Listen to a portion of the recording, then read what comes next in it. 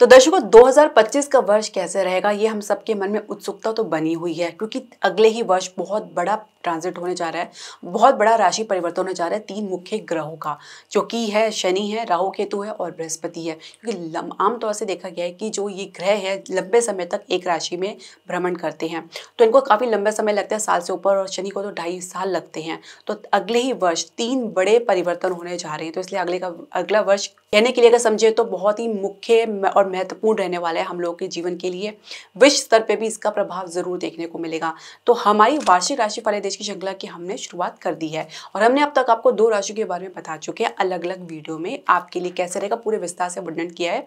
यानी इसका जो प्रभाव रहेगा, जो भी ग्रह गोचर की स्थिति बनेगी, उसका प्रभाव आपके जीवन में, खासकर आपके स्वास्थ्य पे किस प्रकार का रहेगा, वो हमने इसका वर्णन किया। और इस वीडियो में भी आज हम तीसरी राशि की चर्चा करने जा रहे हैं, मिथुन राशि के बारे में। यानी मिथुन राशि के जातकों के लिए 2025 का वर्ष कैसा रहेगा, आपके स्वास्थ्य में किस प्रकार के उतार चढ़ाव से गुजरना पड़ सकता है, किस प्रकार की सावधानियां आपको बरतनी है। इसके अलावा शिक्षा करियर के लिए किस प्रकार की शुरुआत रहेगी, और मध्य कैसा रहेगा और अंत कैसा रहेगा। इसके अलावा आपके कार्य क्षेत्र, यानी जो पहले से नौकरी पेशा लोग हैं, उनके लिए कैसा रहेगा 2025 का वर्ष। क्या नई जॉब के चांसेस बनेंगे या प्रमोशन ग्रोथ के चांसेस बनेंगे, हम समझेंगे पूरे विस्तार के साथ। व्यवसाय बिजनेस के लिए किस प्रकार के उतार चढ़ाव से गुजरना पड़ सकता है, निवेश के कुछ नए अवसर बनेंगे, कुछ नए क्षेत्र में बात बनेगी, या फाइनेंशियल सेक्टर कैसा रहेगा, वो हम पूरे विस्तार से समझेंगे। साथ ही आपके लव रिलेशनशिप यानी प्रेम संबंध के लिए कैसा रहेगा 2025 का वर्ष, आप लोगों के संबंध को आगे बढ़ाएगा या आप लोगों के बीच में बनेगा कुछ गैप या डिस्टेंस। इसके अलावा हम समझेंगे विवाहित दंपत्ति के लिए कैसा रहेगा 2025 का वर्ष। यानी आप लोगों के लिए जो अगर पहले से समस्या बन चल रही है तो उसमें कुछ आपको राहत देखने को मिलेगी, या कुछ आपके संबंध में आगे बात बनेगी। साथ ही संतान प्राप्ति का योग बनेगा। संतान से किस प्रकार के व्यवहार से आप अपेक्षा रख सकते हैं, साथ ही कुछ उपाय भी बताएंगे। तो ये हम 2 भाग में विभाजित कर रहे हैं, जिसमें हम मई से पहले का भाग और मई के बाद का भाग कर रहे हैं, क्योंकि मई से पहले काफी राशियों का जो है परिवर्तन होगा, और मई के बाद जो है उसका प्रभाव आपको देखने को मिलेगा। तो ये हम समझेंगे पूरे विस्तार के साथ। तो हरे कृष्ण दर्शकों, वैदिक एस्ट्रो केस में आपका स्वागत है। मैं ज्योतिष आचार्य पूजा। तो मिथुन राशि जातक अपनी जन्म राशि लगन के अनुसार देख सकते हैं, जो ग्रह गोचर की स्थिति बनने जा रही है वो इस प्रकार है। अब देखिए, लग्नेश बुध आपके सप्तम भाव में धनु राशि में सूर्य के साथ गोचर कर रहे हैं। मंगल आपके द्वितीय भाव में गोचर कर रहे हैं, यहाँ पे मंगल नीचे अवस्था में है। केतु आपके चतुर्थ भाव में कन्या राशि में गोचर कर रहे हैं, और राहु उनके ठीक विपरीत भाव में दशम भाव में मीन राशि में गोचर कर रहे हैं। बृहस्पति आपके द्वादश भाव में गोचर कर रहे हैं, यहाँ पे बृहस्पति वक्री अवस्था में है। इसके अलावा शनि के साथ शुक्र गोचर कर रहे हैं भाग्य स्थान में, यानी आपके नवम भाव में। अब धीरे धीरे में आप इनमें कुछ परिवर्तन देखेंगे। जो मुख्य परिवर्तन मैं आपको बताना चाहूंगी, मैं आप देख सकते हैं कि 4 फरवरी को जो बृहस्पति है वो वक्री अवस्था से बाहर आ जाएंगे। कब लगभग 4 महीने के ऊपर बृहस्पति जो वक्री अवस्था में है, तो वो बाहर आ जाएंगे 4 फरवरी को। बहुत राहत वाली मार्ग होगी। और ये इसके अलावा 29 मार्च को राशि परिवर्तन करने जा रहे हैं शनि महाराज जी, यानी शनि महाराज जी आपके पहुंचेंगे दशम भाव में मीन राशि में। यहाँ पे राहु के साथ इनकी युति बनेगी। 29 मार्च से लेकर 18 मई तक इनकी युति राहु के साथ इसी भाव में रहेगी। अब 29 के बाद जो मेजर राशि परिवर्तन हो जा रहा है, जो गोचर होने जा रहा है, वो बृहस्पति का होने जा रहा है। 14 मई को बृहस्पति आपके लगन में प्रवेश कर जाएंगे द्वादश भाव से निकलकर। ये आपके लिए बहुत ही राहत बड़ी बात होगी, क्योंकि बृहस्पति आपके सप्तम भाव के स्वामी और दशम भाव के स्वामी हैं।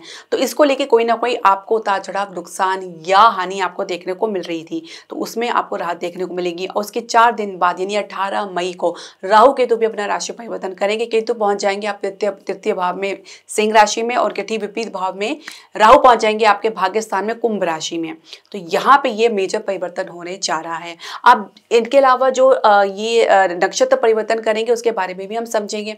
तो शनि जो है अप्रैल उत्तरा भाद्रपदा नक्षत्र में, यानी अपने नक्षत्र में प्रवेश करेंगे, लेकिन पुनः फिर पीछे जाएंगे और पूर्व भाद्रपदा नक्षत्र में अक्टूबर में ये प्रवेश करेंगे। तो पूरे वर्ष इसी भाव नक्षत्र में रहेंगे।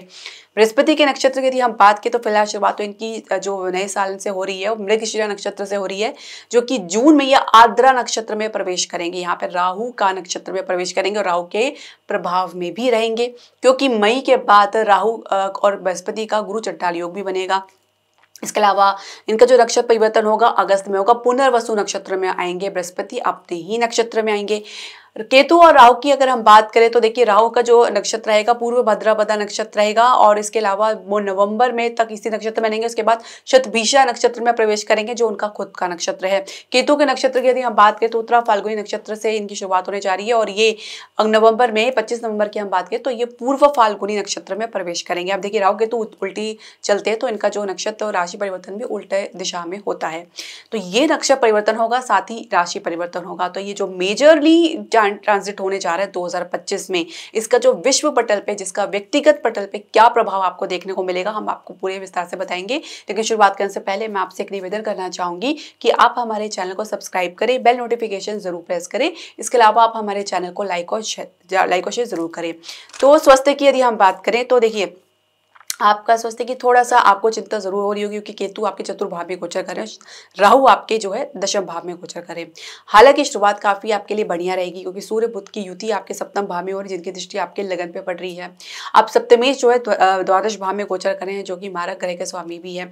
तो कहीं ना कहीं आपको अपने स्वास्थ्य लेकर संघर्ष की स्थिति, कुछ भाग दौड़ या कुछ शंका की स्थिति देखी जा सकती है। इसकी वजह से भी कुछ आपको अपनी शंका के कारण भी कुछ अननेसेसरी कुछ आपके थॉट्स बहुत ज़्यादा आपको प्रोवोक कर रहे हैं, आपको किसी प्रकार की एक्शन लेने के लिए। और यहाँ पे एक व्यक्ति जो है हमेशा कंफ्यूज हो जाता है क्योंकि राहु केतु कहीं ना कहीं कंफ्यूजन का निर्माण करते हैं, व्यक्ति को दुविधा में डालते हैं। अब जो हृदय के मरीज है, हार्ट पेशेंट है, उनके लिए थोड़ा सा काफ़ी कह सकते हैं कि थोड़ा उतार चढ़ाव से भरा रह सकता है क्योंकि आपके चतुर्भाव के स्वामी भी बुध है। अब चतुर्भाव में केतु गोचर कर रहे हैं और यहाँ पे जो राहु की दृष्टि पड़ रही है केतु पे पड़ रही है। तो कहीं ना कहीं कुछ उतार चढ़ाव से गुजरना आपको पड़ रहा है और आपको राहत में भी कुछ आपको समय लग रहा है। अब धीरे धीरे इसमें आपको सुधार देखने को मिलेगा। इसके अलावा अगर आपको आंखों की प्रॉब्लम है या दांतों की समस्या है तो उसमें आपको थोड़ा लंबा आपको ये खींच सकता है, कुछ गले का इन्फेक्शन भी देखा जा सकता है, कुछ गलत व्यसन या एडिक्शन की वजह से भी नुकसान उठाना पड़ सकता है। खान पान को उचित रखना है क्योंकि खान पान की वजह से भी आपको कोई साइड इफेक्ट देखने को मिल सकता है। मंगल नीच अवस्था में द्वितीय भाव में गोचर कर रहे हैं, वाणी अनियंत्रित हो सकती है जिसकी वजह से आप किसी को भी आहत कर सकते हैं। अपने परिवार वाले के लोगों के साथ या अपने आसपास के लोगों के साथ भी आपकी इमोशंस जो है इम्बैलेंस हो सकते हैं जिसकी वजह से आप कुछ किसी बात को लेकर कुछ गलत प्रतिक्रिया भी दे सकते हैं। जहाँ पे आपको प्रतिक्रिया देनी चाहिए वहाँ पे आप उसे चूक सकते हो, जहाँ नहीं देनी चाहिए वहाँ पे आप क्या कह सकते हैं कि आपके अननेसेसरी मुंह से भी निकल सकता है। तो ऐसी बातें हैं जो आपके व्यवहार को दर्शाती है, तो इसको आपको अच्छे से कंट्रोल करके चलना है। इसके अलावा बृहस्पति क्योंकि द्वादश भाव में बैठे हैं, आपके सप्तमेश है, दशमेश भी है, तो कहीं ना कहीं आप अपने काम को लेकर कोई दुविधा देख रहे हैं, बार बार काम नहीं बन रहा, ऊपर से बृहस्पति वक्री अवस्था में है, तो इस प्रकार के भी संघर्ष की स्थिति की वजह से एक फ्रस्ट्रेशन, एक चिड़चिड़ापन आपके भीतर देखा जा सकता है और कहीं ना कहीं इसका असर आपके स्वास्थ्य में भी देखने को मिल सकता है। तो सबसे अच्छा तरीका है कि आपको योगा और ध्यान यानी मेडिटेशन जरूर करना चाहिए। मेडिटेशन से न सिर्फ आप अपने मन को कंट्रोल करते हैं, अपने फोकस को नियंत्रित करते हैं, बल्कि अपने कॉन्फिडेंट लेवल को भी आप आगे बढ़ाते हैं। तो ये आपको फर्क देखने को मिलेगा। इसके अलावा अगर हम मई के बाद की अगर हम बात करें 29 को जैसे ही शनि यहाँ पे आ जाएंगे, थोड़ी सी स्थिति आपके लिए विकट हो सकती है, विपरीत हो सकती है आपके कार्य को लेकर, आपके स्वास्थ्य को लेकर, क्योंकि जो शनि की दृष्टि यहाँ पे द्वादश भाव में पड़ेगी, बृहस्पति के ऊपर पड़ेगी। तो ये कहीं ना कहीं आपके रिकवरी को, आपकी जो भी आप लाभ प्राप्त कर रहे हैं अपनी सेहत में, उसमें कुछ ना कुछ बाधा विघ्न उत्पन्न कर सकती है। संघर्ष की स्थिति देखी जा सकती है। शनि वैसे भी शनि स्लो मूविंग प्लैनेट है, बहुत धीरे धीरे चलते हैं। बृहस्पति वैसे ही वक्री अवस्था में है, तो कहीं ना कहीं ये प्रभाव को और भी ज़्यादा उजागर कर सकती हैं, जहाँ पे आपको राहत मिलने में थोड़ा समय लग सकता है। और खासकर आपको चेस्ट कंजेशन की समस्या या वात की वजह से, वात अधिकता की वजह से भी भारीपन होना, घबराहट होना, इस प्रकार की समस्या भी देखी जा सकती है। अभी आपके छठे घर के स्वामी या द्वितीय भाव में गोचर कर रहे हैं, तो निश्चित तौर से गले से संबंधित समस्या, चोट इत्यादि का भय, बीपी की समस्या या रक्त विकार की समस्या भी देखी जा सकती है। अब शनि आपके अष्टम भाव के स्वामी जो दशम भाव में गोचर करेंगे और इनकी दृष्टि आपके द्वादश भाव में पड़ेगी और आपके सप्तम भाव में भी पड़ेगी। तो कहीं ना कहीं आपको कुछ समय जो रहेगा 29 मार्च से 14 मई या 18 मई तक का समय है। 18 मई तक का समय जो अगर हम समझे थोड़ा सा समय है, तो इसमें थोड़ा सा आपको कुछ गिरावट अपनी सेहत से संबंधित देखने को मिल सकती है। तो ऐसे आपको सावधान रहना है। तो हो सके तो खान पान को उचित रखें, जैसे मैं हमेशा बताती हूँ, सात्विक भोजन लें, बाहर का भोजन बिल्कुल अवॉइड करें। आधी समस्या आपकी वैसे ही हल हो जाती है और बाकी समस्या आपकी ध्यान, पूजा और योगा मेडिटेशन से हो सकती है। तो अगर आपके पास समस्या तो कोई समाधान भी है, पर उसको आपको फॉलो करना है, स्ट्रिक्टली फॉलो करना है, रिलीजियसली फॉलो करना है, तभी आपको उसका लाभ देखने को मिलेगा।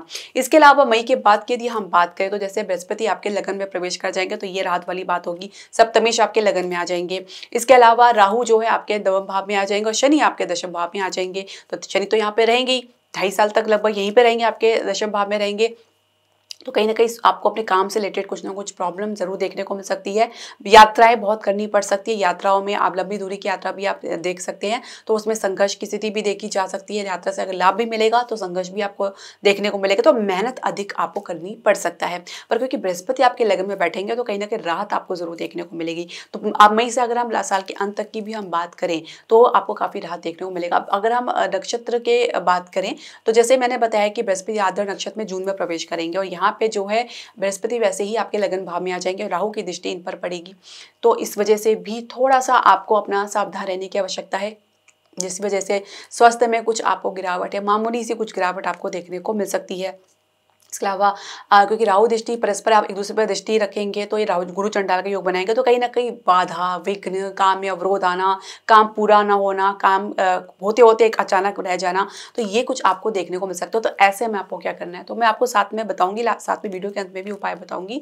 तो देखिए बृहस्पति और जब राहु गुरु चंडाल योग में आते हैं तो कहीं ना कहीं आप अपने जितने भी बड़े बुजुर्ग हैं, जितने भी पुजारी है, पंडित है, पुरोहित है, गुरु है, उनका पैर छू के आप आशीर्वाद लें। घर में अपने बड़े बुजुर्ग की सेवा करें, उनका अपमान ना करें, उनके साथ किसी प्रकार वाद विवाद ना करें, हो सके तो उनकी मदद करें। गरीब बूढ़ों की मदद कर सकते हैं, जो आप दवाई से मदद कर सकते हैं, या कुछ खाने से, भोजन से, कपड़े से मदद कर सकते हैं। अब सर्दियां शुरू होने जा रही तो आप किसी को अपने सामर्थ्य अनुसार कंबल या स्वेटर या जूते या कुछ आप जो भी आपको लगता है कि आप दान कर सकते हैं, जो ठंड में उनका बचाव हो सके, तो आप ऐसा भी कर सकते हैं। तो इस प्रकार छोटे छोटे उपाय बहुत कारगर साबित होते हैं। जो ब्रह्मांड आपकी ऊर्जा से आपको पहचानता है, जब आपकी ऊर्जा ऐसे कामों में लगती है तो निश्चित तौर से आपका मन सात्विकता की तरफ बढ़ता है, जिसमें आपको शांति प्राप्त होती है। और शांति जब मन को प्राप्त होती है तो निश्चित तौर से इसका प्रभाव आपके कर्म पे, आपके स्वास्थ्य में देखने को मिलता है। तो ये छोटे छोटे जो चेंज आपस में बनती है वो इस प्रकार ही बनती है। इस प्रकार आप समझेंगे तो आपको ये उपाय तो जरूर करना है। साथ ही आप जो है अन्य उपाय मैं जो आपको वीडियो के अंत में बताऊंगी। अब हम समझेंगे आपके शिक्षा करियर के लिए कैसा रहेगा 2025 का वर्ष। पंचम भाव के स्वामी आपके भाग्य स्थान पे गोचर करें शनि महाराज जी के साथ। उच्च शिक्षा के लिए मार्ग खुलेंगे। थोड़ा सा आपको परिवर्तन देखना पड़ सकता है, क्योंकि जो शनि है आपके अष्टम भाव के स्वामी हैं, तो कुछ फील्ड चेंज आप कर सकते हैं, जिसमें आप कला या डिज़ाइनिंग के क्षेत्र में आप जाना चाहेंगे। इसके अलावा आप विदेश के लिए अगर प्रयास कर रहे हैं तो आपको फरवरी के बाद ही कुछ आपको अच्छे मौके मिल सकते हैं, तो उसमें आपको सफलता देखने को मिल सकती है। साथ ही शिक्षा प्राप्ति के जो मार्ग है वो आपके निर्विघ्न चलता रहेगा, और आप इसमें निश्चित तौर से आगे बढ़ेंगे। बस थोड़ा सा अपना ऊर्जा आपको हाई रखना है, कहीं ना कहीं इसका प्रभाव आपको देखने को मिल सकता है, क्योंकि मंगल की दृष्टि आपके द्वितीय भाव से आपके पंचम भाव में पड़ रही है, तो मंगल यहाँ पे नीच भाव में है। तो ऊर्जा हाई रखें, पॉजिटिव रखें, किसी के साथ जबरदस्ती कंपटीशन में ना महसूस करें, और यदि कंपटीशन है तो हेल्दी कंपटीशन महसूस करें। ऐसे नहीं कि आप उसके लिए एकदम बिल्कुल ही ज़्यादा नेगेटिव हो जाए या गंभीर हो जाए, तो इससे आपको बचना होगा। कंपटीशन में थोड़ा सा आपको प्रयास अधिक करना पड़ सकता है। सफलता प्राप्त करने के लिए आपको कई बार प्रयास करने के बाद ही सफलता मिलेगी। ये फरवरी के बाद का समय अगर हम रखें तो ज़्यादा बेहतर रहेगा, क्योंकि वक्री बृहस्पति दृष्टि द्वादश भाव में छठे भाव में पड़ रही है, और छठे भाव के स्वामी द्वितीय भाव में आपकी नीच अवस्था में पड़ रही है। कम्युनिकेशन में आपको अच्छे से काम करना होगा। आप जो भी डिबेट्स में पार्टिसिपेट कर रहे हैं, किसी भी प्रकार के कॉम्पिटिशन में पार्टिसिपेट कर रहे हैं, तो कम्युनिकेशन में अच्छे से बात करना होगा। आपके पास ज्ञान बहुत है, आपके पास नॉलेज है, पर उसको व्यक्त करने पर शब्द नहीं मिल पा रहे हैं, तो वो नॉलेज आपकी कहीं ना कहीं यूजलेस हो जाती है, और ये आपके लिए फ्रस्ट्रेशन उत्पन्न कर सकती है। तो वाणी पर आपको अच्छे से काम करना है, अच्छे से प्रैक्टिस करनी है। इसके अलावा आपको जैसे मैंने बताया ऊर्जा हाई करनी है, और पॉजिटिव रहना, जितना हो सके पॉजिटिव रहे। जितना भी आपको प्रॉब्लम या ऑब्स्टेकल्स या विरोध या रुकावट आपको झेलना पड़े, लेकिन आपको पॉजिटिव रहना है, अपना आत्मविश्वास को बनाए रखना है, तभी आपको सफलता देखने को मिलेगी।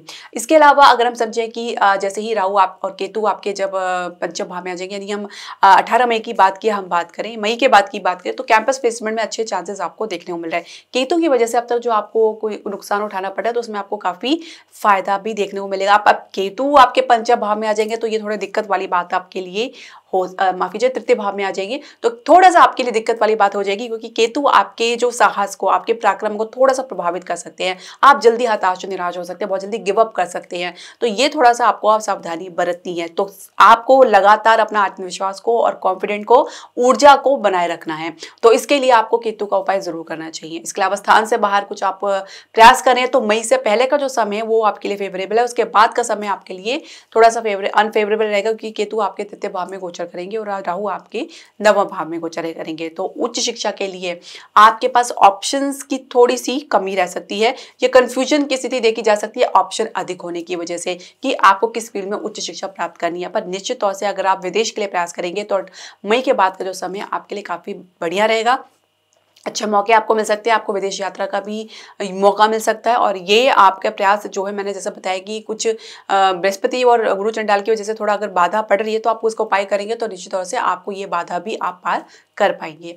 इसके अलावा अगर आप करियर की शुरुआत करने जा रहे हैं या इंटर्नशिप के आपको ऑफर मिल रहे हैं तो वो तो आप, अगर मैं कहूँ तो आपको मई के बाद का जो समय वो ज़्यादा अच्छा रहेगा, क्योंकि उससे पहले जो समय आपको ऑफर मिल रहा है तो वो आपके लिए मेरे को लगता है कि उतना अच्छा आपको नहीं लगेगा, क्योंकि जो आप प्रोफाइल में आप जाना चाह रहे हो वैसे आपको मैच नहीं हो पाएगा या मिसमैच मिल सकते हैं, या कुछ आपको हट का एडजस्टमेंट या समझौता करना पड़ सकता है, कुछ एक्स्ट्रा प्रोफाइल में भी आपको जाना पड़ सकता है। तो ये थोड़ा सा आपको उतार चढ़ाव आपको देखने को मिल सकता है मई से पहले का। अब उसके बाद जैसे ही शनि आपके दशम भाव में प्रवेश करेंगे तो एक प्रकार से कह सकते हैं कि मन आपका खट्टा हो सकता है, जो भी आपको ऑफर मिलेगा या शुरुआत आपको करना चाह रहे हैं तो उसमें भी कुछ खास आपको दिलचस्पी बनती नजर नहीं आएगी। तो कहीं ना कहीं इस मामले को आप आगे टालते भी नजर आ सकते हैं। तो बेहतर यही रहेगा कि 18 मई के बाद तो जो समय वो आपके लिए बेहतर रहेगा, क्योंकि तब राहु के शनि के प्रभाव से मुक्त हो जाएंगे और आप राहु आपके नवम भाव में आ जाएंगे, शनि आपके दशम भाव में रहेंगे।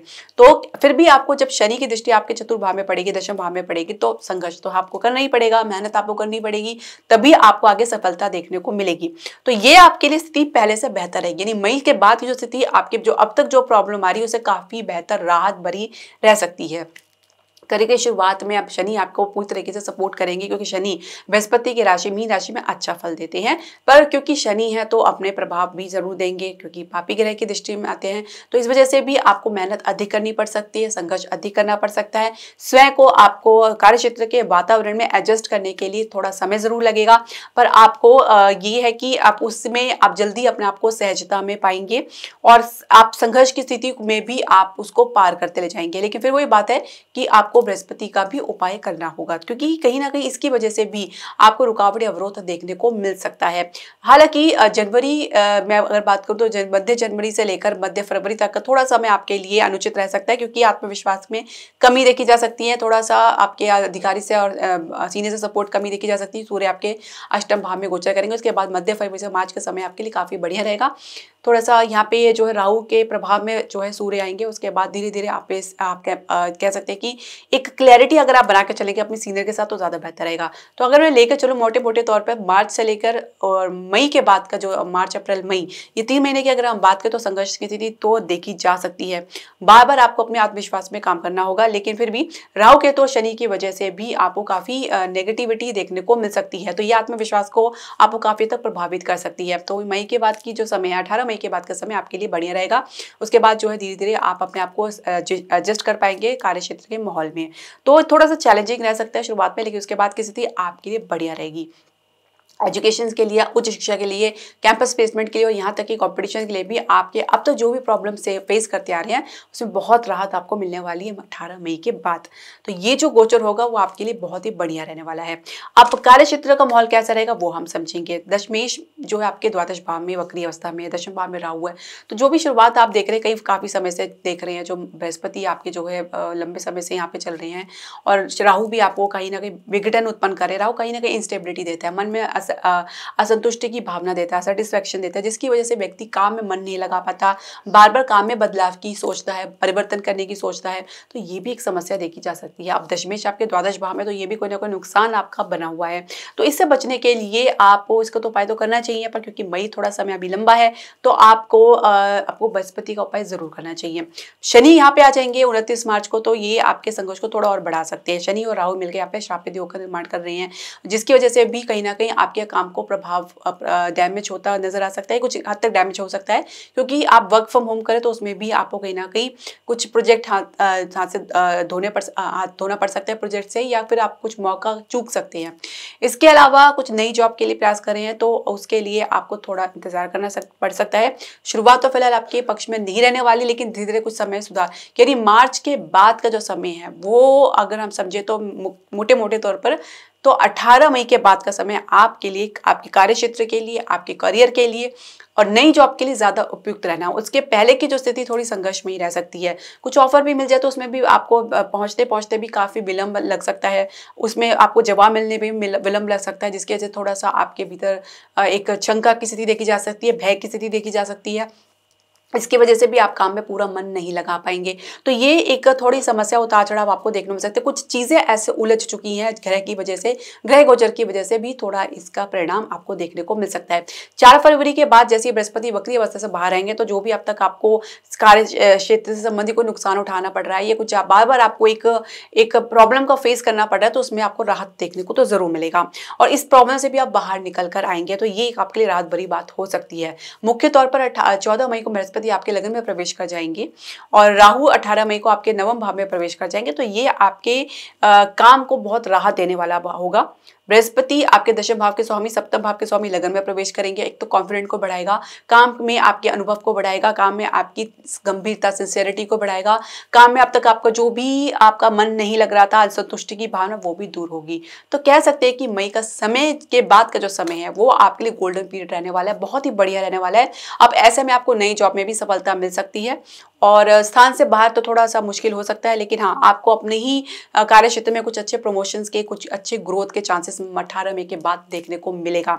नई जॉब के लिए प्रयास कर रहे हैं तो आप कह सकते हैं कि फरवरी मार्च के बाद फरवरी से लेके मार्च का जो पीरियड है, 29 मार्च से जो पहले का पीरियड है वो थोड़ा आपके लिए रह सकता है स्थान से बाहर के लिए। उसके बाद जो जैसे ही 18 मई को आपके केतु तृतीय भाव में प्रवेश करेंगे तो स्थान से बाहर बात बनती नजर नहीं आएगी, या कुछ भी आपको ऑफर मिलेगा वो आपके कारगर साबित नहीं हो पाएगा। तो यही एक कारण है कि केतु जहाँ भी बैठते हैं उसके प्रभाव को निश्चित तौर से कम कर देते हैं। और इसके अलावा अगर आप विदेश की यात्रा की भी अगर आप प्लानिंग करेंगे, अगर आप जाते हैं अपने कार्य क्षेत्र संबंधित, तो उसमें भी उसके योग बनेंगे 18 मई के बाद। तो ये जो आपका समय है पहले की अगर अपेक्षा उस अब तक जो आपको संघर्ष आपको देखने को मिल रहा है, तो मान के चलिए 18 मई के बाद का समय आपके कार्य क्षेत्र से संबंधित बहुत ही बढ़िया रहने वाला है। व्यवसाय बिजनेस के लिए कैसा रहेगा 2025 का वर्ष, ये हम समझेंगे। सप्तम भाव के स्वामी जो है द्वादश भाव में वक्री अवस्था में, सप्तम भाव में सूर्य बुध गोचर करे तो शुरुआत थोड़ी आपके लिए राहत भरी हो सकती है। कुछ आपको अच्छे प्रोजेक्ट या बैलेंस बनाने में आपको मदद मिल सकती है। समर्थ रहेंगे आप नए डिसीजन लेने में, नए निर्णय लेने में, कारगर निर्णय लेने में आपको खुद को सहज महसूस करेंगे। पर क्योंकि कुछ खर्चे आपको अचानक देखने को मिल सकते हैं, ये खर्चे थोड़े से कह सकते हैं कि अनलिमिटेड भी रह सकते हैं और कहीं ना कहीं इस पर नियंत्रण पालन करना भी आपके थोड़ा मुश्किल हो सकता है। ये स्थिति थोड़ा सी असमंजस की रह सकती है आपको 4 फरवरी तक। उसके बाद की जो स्थिति है वो थोड़ी आपके लिए बढ़िया बनती शुरू हो जाएगी। अब यहाँ पे बात समझने वाली बात है कि रियल एस्टेट्स में अब तक आपको व्हीकल के बिजनेस में, ये घरेलू उद्योग में अब तक आपको जो संघर्ष की स्थिति देखने को मिल रही है या कुछ आपको उतार चढ़ाव देखने को मिल रहा है केतु की वजह से, जो भी आपको प्रॉब्लम फेस करने पड़ रहे हैं, तो वो 18 मई के बाद का जो समय, अगर मैं दूसरे भाव का अगर समझूं तो ज़्यादा बेहतर रहेगा। यहाँ पे आप काफ़ी राहत आप पाएंगे। आपके जो भी काम अटके हुए हैं, आपके रियल एस्टेट से लेके, आपके व्हीकल के बिजनेस यानी वाहन के बिजनेस से लेके, घरेलू उत्पाद से लेके, उसमें आपके काम बहुत हद तक काफ़ी आप कह सकते हैं सुधार आपको देखने को मिलेगा। अटके हुए काम आपके बनेंगे, साथ ही कुछ रुकावट या कुछ आपको सफलता मिलने में कुछ संदेह हो रहा था, उसमें भी काफी राहत आपको देखने को मिलेगी। इसके अलावा शेयर मार्केट की शुरुआत तो थोड़ी आपकी ढीली रह सकती है, गिरावट से शुरू हो सकती है। उसके बाद थोड़ा सा धीरे धीरे स्थिति में परिवर्तन आपको देखने को मिलेगा। थोड़ा फ्लक्चुएशन इसमें ज्यादा देखने को मिल सकता है, पर अगर हम समझे तो मार्च के बाद का जो समय है आपके शेयर मार्केट के लिए वो थोड़ा बेहतर रहेगा। इसके अलावा अगर हम बात करें आपके फाइनेंशियल सेक्टर में, तो फाइनेंशियल सेक्टर के लिए भी शुरुआत थोड़ी सी कमजोर ही रहने वाली है। कुछ खास आपको परिवर्तन तो देखने को नहीं मिलेगा, धीरे धीरे समय के अनुसार आपको परिवर्तन जरूर देखने को मिलेगा। इसमें आपको मजबूती देखने को मिलेगी। तो लगभग आप मान सकते हैं कि जनवरी फरवरी के बाद का जो समय वो आपके लिए काफी बेहतर रहेगा फाइनेंशियल सेक्टर के लिए। बजट की समस्या भी दूर होगी, उसमें भी थोड़ा समय लग सकता है, पर वो आपको 4 फरवरी के बाद ही जो आपके बृहस्पति वक्री अवस्था से बाहर आएंगे तो वो भी काफी हद तक आपके लिए राहत वाली बात होगी। इसके अलावा विदेश से कुछ प्रयास कर रहे हैं तो आप कह सकते हैं कि प्रयास आपको अधिक करना पड़ सकते हैं। कुछ कमी के चलते भी कुछ प्रोजेक्ट बीच में अटक सकते हैं, तो ये थोड़ी समस्या आपको देखने को मिल सकती है। अब मैं ही दूसरे अगर भाग की बात करूं यानी 29 मार्च को शनि आपके दशम भाव में प्रवेश करेंगे। यहाँ पे राहु के साथ युति बनाएंगे तो 29 से 14 मई तक का थोड़े से अपने काम में आपको सावधानी बरतनी है। आपको किसी प्रकार का कोई निवेश नहीं करना है। 29 मार्च से लेकर 18 मई तक का जो समय है आपको बहुत ही सावधान रहने की आवश्यकता है। तो किसी प्रकार नए निवेश से आप दूरी बनाकर चले, तब तक आप ग्राउंड में रहकर अच्छे से वर्क करें, उसकी रियलिटी को समझें और आप जितना ज़्यादा अपने फील्ड में ऑब्जर्व करेंगे, जितना उसको एनालाइज करेंगे, आकलन करेंगे, उतना ज़्यादा रिजल्ट आपके लिए बढ़िया बेहतर रहेगा।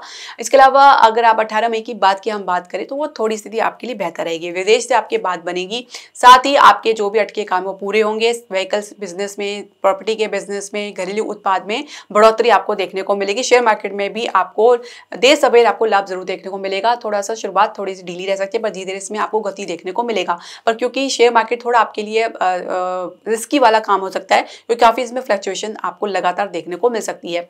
फाइनेंशियल सेक्टर में आपकी कम जो भी मजबूरी है, जो आप फाइनेंस की वजह से आप जो भी नई काम अटके हुए हैं वो भी आपके दूर होंगे। तो 18 मई के बाद का अगर समय लेकर चलें तो वो आपके लिए बेहतर है। 18 मई से लेकर अगर साल के अंत तक 2025 की हम बात करेंगे तो वो आपके लिए काफी बेहतर रहने वाला है। प्रेम संबंध के लिए कैसे रहेगा, लव रिलेशनशिप के लिए कैसे रहेगा 2025 का वर्ष मिथुन राशि के जातकों के लिए। पंचमेश आपके नवम भाव में शनि के साथ गोचर कर रहे हैं। थोड़ी संघर्ष की स्थिति देखी जा सकती है। बड़े बुजुर्ग से थोड़ा मार्गदर्शन आपको मिल रहा है जो आपको पसंद तो नहीं आ रहा, लेकिन फिर भी आप मजबूरीवश उस पर चल रहे हैं। साथ ही कुछ आपको सलाह या परामर्श आपको पिता की तरफ से भी मिल सकती है, कुछ इंस्ट्रक्शन आपको पिता की तरफ से मिल सकती है जिसको आप तो बेमन से मानते स्वीकार करते रहे। कुछ बहसबाजी में भी आप पड़ सकते हैं परिवार के साथ या पिता के साथ, इससे आपको बचना होगा। इससे आपका काम और भी खराब हो सकता है। आपकी जल्दबाजी से, आपकी बहसबाजी से, आपके दबाव बनाने से आपका काम बनने वाला नहीं है। तो बेहतर ये रहेगा इस प्रकार की कोई भी आप प्रयास से दूर रहे तो ज़्यादा अच्छा रहेगा। परिवार को साथ लेके चलेंगे, इनका आशीर्वाद लेके चलेंगे तो आपका जो आगे का भविष्य वो भी फली फूलेगा। अगर आप इनके विरुद्ध होकर चलेंगे, कुछ ज़्यादा आप अपनी तरफ से दिखाएंगे तो थोड़ा पेशेंस आप रखें, धैर्य रखें। ऐसा कुछ काम नहीं जो धैर्य और पेशेंस से ना हो। आपके भीतर सामर्थ्य, आपके भीतर धैर्य, आपके भीतर अपने ऊपर कॉन्फिडेंट है तो आप किसी भी परिस्थिति को अपने पक्ष में कर सकते हैं। तो ये आपको अच्छे से ध्यान रखना होगा। विवाह की चर्चा आप करना चाहे तो कर सकते हैं, लेकिन अभी थोड़ा समय आपके बीत रह सकता है। थोड़ा आप दबाव अधिक बना रहे हैं और चर्चा कम करेंगे तो ये भी ठीक नहीं होगा। परिवार को साथ लेकर चलेंगे तो ही आपको काम बनेगा। अब विवाह भी अगर आप जल्दबाजी में भी कर लेते हैं तो एडजस्टमेंट में काफी दिक्कत आ सकती है। केतु आपके चतुर्भाव में गोचर कर रहे हैं, ये आपके रिलेशनशिप को टिकने में थोड़ा सा आपके विपरीत रह सकता है। तो स्थिति थोड़ी सी आपको विपरीत रह सकती है, जहाँ पे आपको एक पछतावा भी देखने को मिल सकता है। 18 मई के बाद की अगर आप तैयारी करें तो ज़्यादा बेहतर रहेगा। 18 मई के बाद का जो समय वो आपके लिए उपयुक्त रहने वाला है।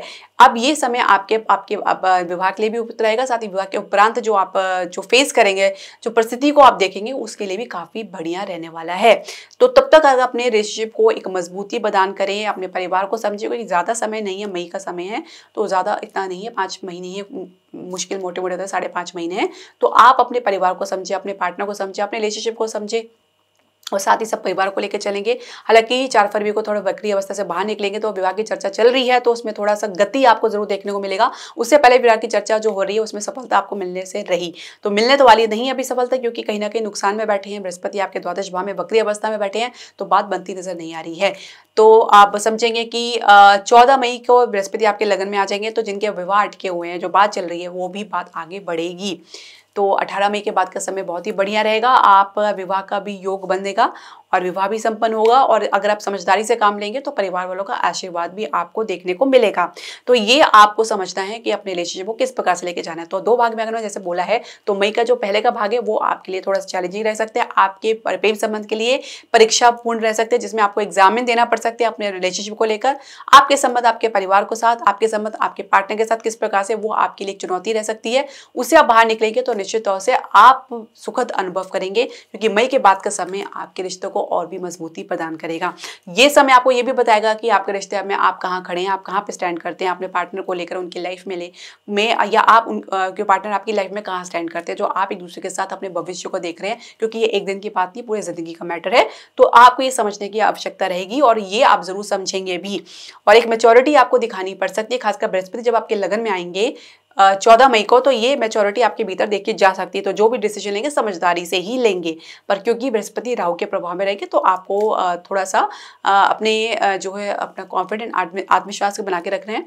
साथ ही किसी की सलाह या परामर्श भी ले तो उसको भी अच्छे से एनालाइज करना है, तो उसका उपाय आपको जरूर करना है। विवाहित दंपत्ति के लिए कैसा रहेगा, तो सप्तमेश जो है द्वादश भाव में वक्री अवस्था में और सप्तम भाव में सूर्य बुध है। ईगो क्लैशेस आपके भीतर बहुत, आप लोगों के बीच में बहुत देखा जाए। शुरुआत इस प्रकार से रहेगी, आप लोगों के बीच में अहम का टकराव होना, अहम की वजह से भी एक दूसरे के प्रति जो है एक कॉपरेशन की भावना ना होना, एक मतभेद होना, या डिस्टेंस देना, अलाइनमेंट की कमी होना, ये देखा जा सकता है। अब धीरे धीरे इसमें आपको कमी तो देखने को मिलेगी। 4 फरवरी को बृहस्पति वक्री अवस्था से बाहर आएंगे, पर क्योंकि फिर भी द्वादश भाव में रहेंगे तो कहीं ना कहीं नुकसान आपको इसके संदर्भ में देखने को मिलेगा। किसी बात का ब्लेमिंग आप अपने पार्टनर, अपने जीवन साथी पे कर सकते हैं, या वो आपके ऊपर किसी बात का ब्लेम कर सकते हैं। किसी खर्चे को लेकर आपके लोगों के बीच में एक मनमुटाव या एक बहसबाजी देखी जा सकती है, जो झगड़े में परिवर्तित हो सकता है। इसके अलावा 18 मई को जैसे ही आपके जो है राहु केतु का परिवर्तन होगा, क्योंकि केतु कहीं ना कहीं आपके सुख के स्थान में गोचर कर रहे हैं, सुख में लागने में दिक्कत करते हैं, सुख में आपकी कमी करते हैं, और कहीं ना कहीं मन जो है परिवार से उच्चाट रहता है। अब आप समझिए कि 18 मई के बाद थोड़ा 29 मार्च से लेकर 18 मई का जो समय है, थोड़ा समय आपके लिए थोड़ा चैलेंजिंग बहुत ज़्यादा रह सकता है। और जब कुछ नया बड़ा परिवर्तन होने जाता है तो शुरुआत में कहते हैं कि बहुत स्थिति थोड़ी विकट रहती है, बहुत ज़्यादा प्रतिकूल रहती है, और जब सुबह होना तो अंधेरा भी काफ़ी गहरा होता है। तो आप ये समझ लीजिए 29 मार्च का और 18 मई का जो समय वो आपके लिए ऐसे ही रहने वाला है। जब आपकी नई शुरुआत होने जा रही है तो उससे पहले को जो घना अंधेरा उसको आपको पार करना है।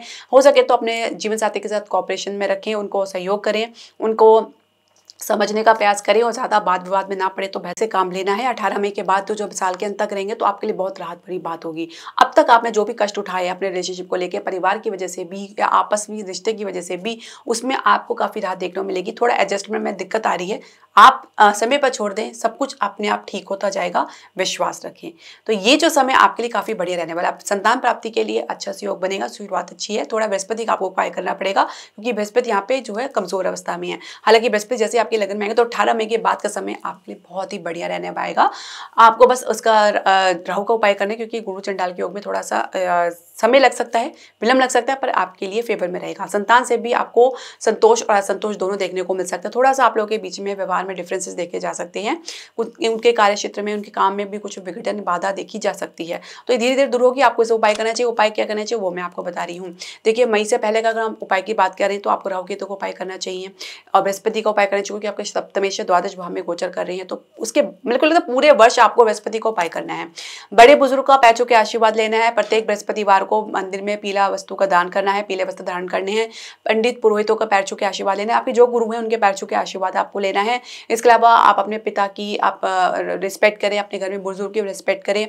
विष्णु सहस्त्र का नाम आप प्रत्येक बृहस्पतिवार को पढ़ सकते हैं। इसके अलावा आप चाहे तो आप शनि का भी उपाय कर सकते हैं। अगर आप शनि की दशा चल रही तो शनि से संबंधित वस्तु का दान कर सकते हैं, क्योंकि शनि आपके दशम भाव में गोचर करेंगे। इसके अलावा आप बुध का जो है उसको भी आप श्री गणेशाय नमः का जाप कर सकते हैं। वो आपके केतु राहु को भी कंट्रोल करेंगे, साथ ही आपके बुध को भी कंट्रोल करेंगे। तो बृहस्पति का उपाय जरूर करें आप, क्योंकि बृहस्पति को पूरे साल आपको उपाय करना है। गुरु चंडाल योग के प्रभाव में रहेंगे, तो आपको हो सके तो बृहस्पति का 16 बृहस्पतिवार का व्रत आप संकल्प के साथ आप रख सकते हैं। ये उपाय आपको पूरे साल करने हैं। आपको चिड़िया को दाना खिलाना है राहु के लिए, और कुत्ते को भोजन खिलाना है केतु के लिए। जो स्ट्रीट डॉग्स होते हैं, जो गली के कुत्ते होते हैं, उनको भोजन खिलाना है। तो ये उपाय आप जरूर करें, निश्चित तौर से आपको लाभ प्राप्त होगा, और श्रद्धा विश्वास के साथ इसे कंटिन्यू करें, आपको निश्चित तौर से इसका प्रभाव देखने को मिलेगा। तो दर्शकों, आपके जो भी प्रश्न, सजेशन या क्वेरी आप हमारे कमेंट बॉक्स में जरूर डालें। हरे कृष्णा।